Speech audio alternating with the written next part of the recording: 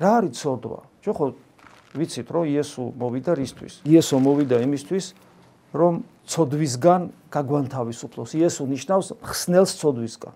ხო მაგისთვის მოვიდა. რა არის ცოდვა? ცოდვის მთავარი განმარტება რა არის? ეს არის აცდენა ღმერთისგან. ანუ უცნობელობა ღმერთის. აი წარმოიდგინეთ, წეღანას გითხარით, რელიგიური ადამიანები, რომელსაც სავსე რელიგიურობითი ცხოვრება აქვთ და იმის სასწაულო მოქმედნი არიან, ზნეობრივად ცხოვრობენ და ასე შემდეგ. იმის გამო, რომ ქრისტესთან კომუნიკაცია, ღმერთის ცნობელობა ვერ განხორციელდა. ეს რელიგიურობა არ აღმოჩნდა საკმარისი, რომ ისინი მათ სასופველი დაიმკვიდრონ, გესმით? ანუ მთავარი ცოდვა ეს არის ღმერთის უცნობელობა. და ამისგან სახსნელად მოვიდა ქრისტე. იმიტომ რომ ღმერთი, რომელიც არავის უნახავს, როგორ უნდა გაიცნო ღმერთი? ხო?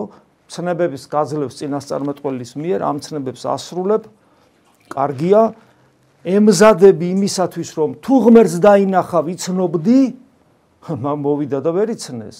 ნუ ზოგმა იცნო ცოტა. ანუ გესმით, რელიგიურობა მხოლოდ იმისთვის არის, რომ ქრისტე იცნო როგორც ღმერთი, სხვა არაფრისთვის. ის არ არის თავისთავად მაცხოვნებელი. მხოლოდ იმისთვის არის, რომ ქრისტე როგორც ღმერთი იცნო და მასთან კომუნიკაცია გქონდეს.